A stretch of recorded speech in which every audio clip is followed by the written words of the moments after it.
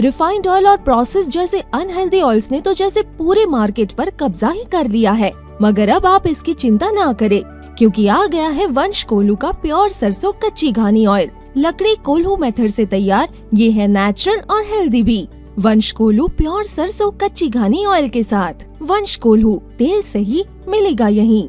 नमस्कार, आप देख रहे हैं आई इंडिया और मैं हूं डॉक्टर पंकज सिंह गौर। यूपी में कुल 7 चरणों के लोकसभा चुनाव में 5 चरणों के लिए मतदान हो चुका है। इनके प्रत्याशियों को 4 जून को ईवीएम खुलने का इंतजार है। छठे चरण का मतदान 25 मई को होना है। यूपी की 14 लोकसभा सीटों पर वोट डाले जाएंगे। 2019 के आंकड़ों को देखें तो इनमें से 9 सीटों पर भाजपा, 4 पर बसपा और 1 पर सपा का कब्जा हुआ था। हालांकि उपचुनाव में सपा की इकलौती आजमगढ़ सीट पर भी भगवा लहरा गया था। इस तरह से देखें तो मौजूदा वक्त इनमें से 10 सीटों पर भाजपा और 4 पर बसपा का कब्जा है। इन सीटों पर कुल 162 प्रत्याशी मैदान में हैं। कुछ मौजूदा सांसदों का टिकट कटने से दूसरे चेहरे मैदान में हैं, तो कहीं पर कोई दूसरी बार तो कोई तीसरी बार चुनाव जीतने के लिए मैदान में है। वहीं कुछ मौजूदा सांसद पाला बदलकर दूसरे चुनाव निशान से ताल ठोक रहे हैं। इस छठे चरण में कई दिग्गजों की प्रतिष्ठा दांव पर है।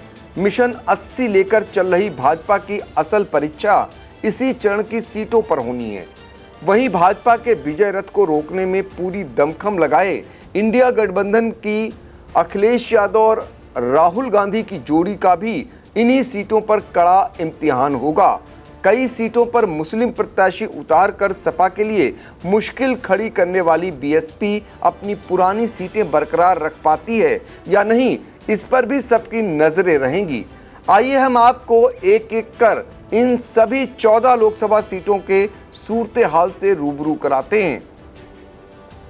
सबसे पहले बात डुमरियागंज लोकसभा सीट की। भाजपा के जगदंबिका पाल 15 साल से सांसद हैं। एक बार फिर चुनाव लड़ने की जिम्मेदारी उनको मिली है।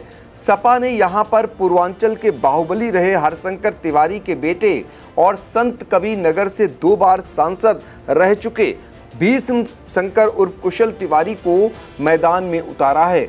बसपा ने मुस्लिम प्रत्याशी पर दांव लगाते हुए नदीम मिर्जा को आगे किया है। 2019 में सपा बसपा गठबंधन से आफताब आलम ने बीएसपी प्रत्याशी के रूप में जगदंबिका पाल के सामने चुनाव लड़ा था, जिसमें उन्हें 1,05,321 वोटों से हार मिली थी। भदोही लोकसभा सीट पर भाजपा ने अपने मौजूदा सांसद रमेश चंद्र बिंद का टिकट काटकर विनोद बिंद को दिया है। इंडिया गठबंधन में यह सीट टीएमसी के खाते में गई है। टीएमसी से यूपी के पूर्व सीएम कमलापत त्रिपाठी के पोते ललितेश पत त्रिपाठी मैदान में हैं। बसपा ने हरिशंकर चौहान पर भरोसा जताया है। भदोही सीट पर भाजपा के रमेश चंद्र बिंद ने 2019 में बसपा के रंगनाथ मिश्र को 43,615 वोटों से हराकर भाजपा का झंडा फहराया था। अब बात संत कबीर नगर की करते हैं।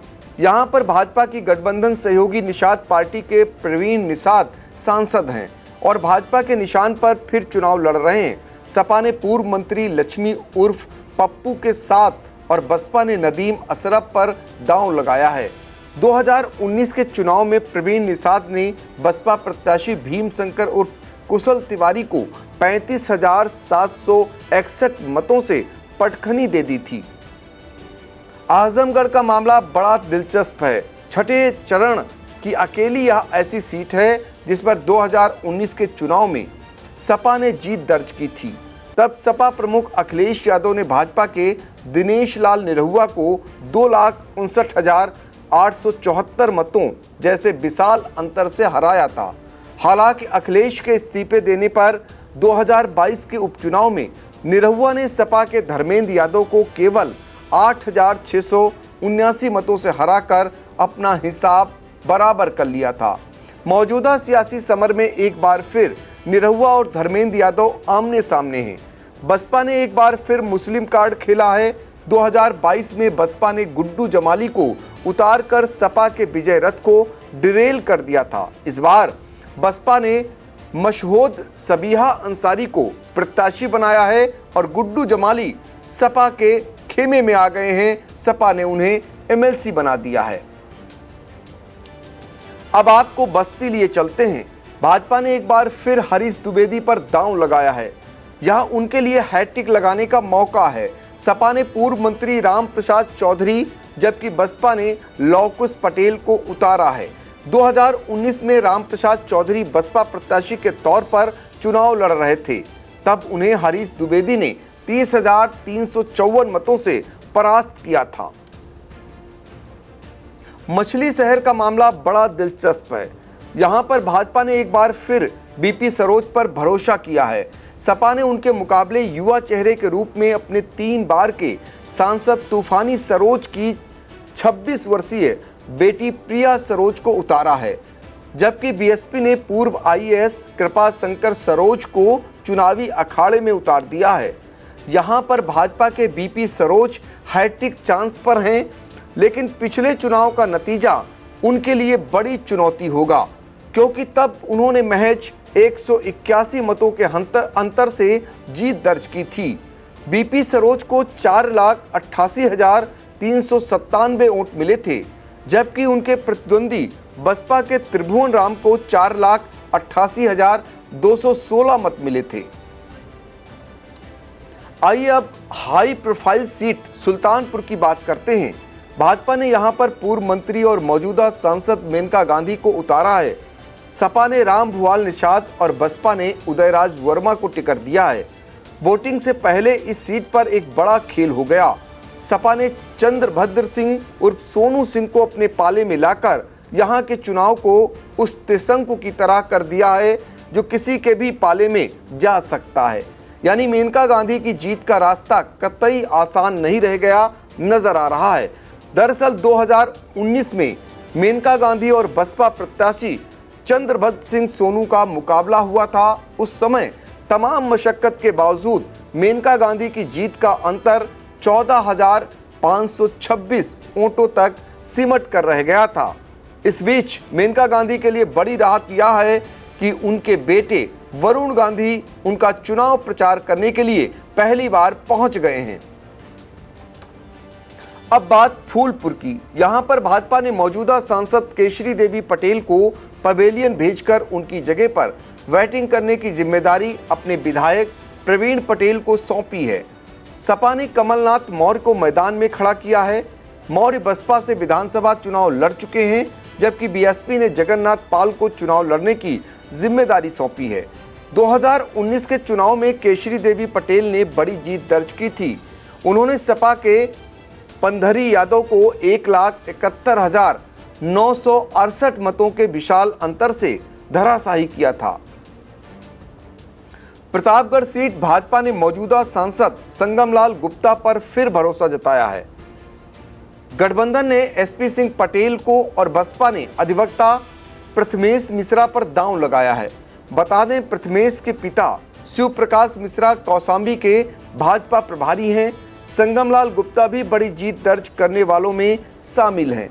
2019 में उन्होंने बसपा के अशोक त्रिपाठी को 1,17,752 मतों जैसे बड़े अंतर से हराया था।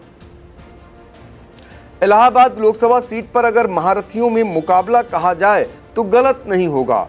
भाजपा ने मौजूदा सांसद रीता बहुगुणा जोशी का टिकट काटकर पूर्व राज्यपाल केशरीनाथ त्रिपाठी के बेटे नीरज त्रिपाठी को भगवा फहराने की जिम्मेदारी सौंपी है।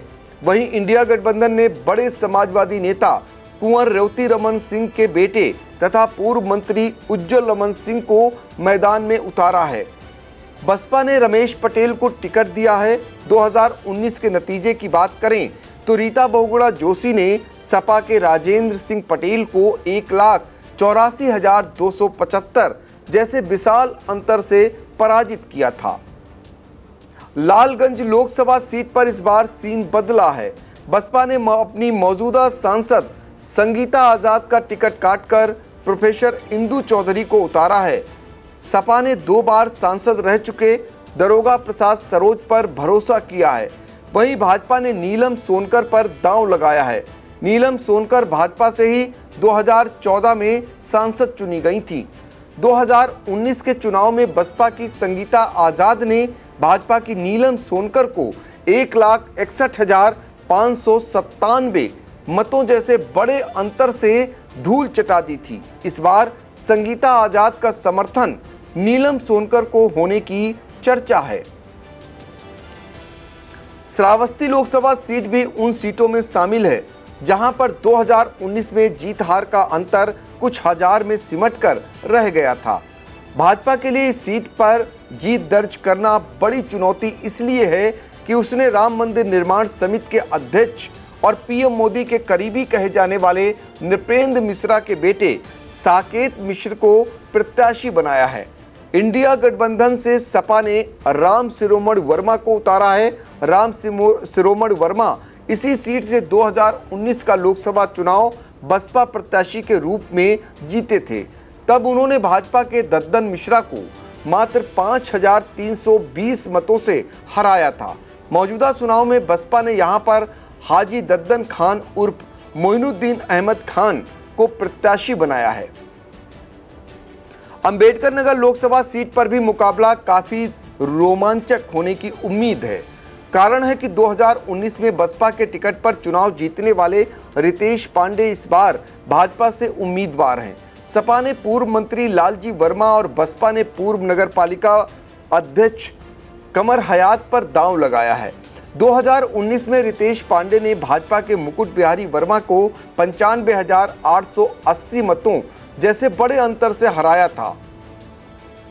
बाहुबली पूर्व सांसद धनंजय सिंह की एंट्री से जौनपुर लोकसभा सीट भी यूपी की हॉट सीट में शामिल हो गई है। यहां पर भाजपा सपा बसपा तीनों के खेल ने मुकाबले को रोमांचक बना दिया है। भाजपा ने पूर्व मंत्री कृपाशंकर सिंह को प्रत्याशी बनाया है। सपा ने बड़ा दांव चलते हुए खुद की जन अधिकार पार्टी बनाने वाले पूर्व मंत्री बाबू सिंह कुशवाहा को मैदान में उतार दिया। बसपा ने पहले धनंजय सिंह की पत्नी श्रीकला सिंह को प्रत्याशी बनाया था, लेकिन नामांकन से ठीक पहले उनका टिकट काटकर अपने मौजूदा सांसद श्याम सिंह यादव को थमा दिया। पहले धनंजय सिंह के भाजपा से नाराज होने की चर्चाएं चल रही थी, लेकिन बाद में कुछ मेल मुलाकातों के बाद हालात बदले और अब धनंजय सिंह भाजपा के साथ हैं। इसे भाजपा के लिए प्लस पॉइंट कहा जा रहा है। 2019 में बसपा के टिकट पर श्याम सिंह यादव ने भाजपा के कृष्ण प्रताप सिंह को 80,936 वोटों के विशाल अंतर से हराया था। तो दर्शकों, कैसे लगी यह हमारी प्रस्तुति, जरूर कमेंट बॉक्स में जाकर आप बताइएगा। और हाँ, 25 मई को छठे चरण के तहत इन सीटों पर होने वाले चुनाव को लेकर हम आपको मतदान प्रतिशत से लेकर हर एक गतिविधि की अपडेट भी देते रहेंगे। तो आप देखते रहिए आई इंडिया और हमें दीजिए इजाजत। नमस्कार।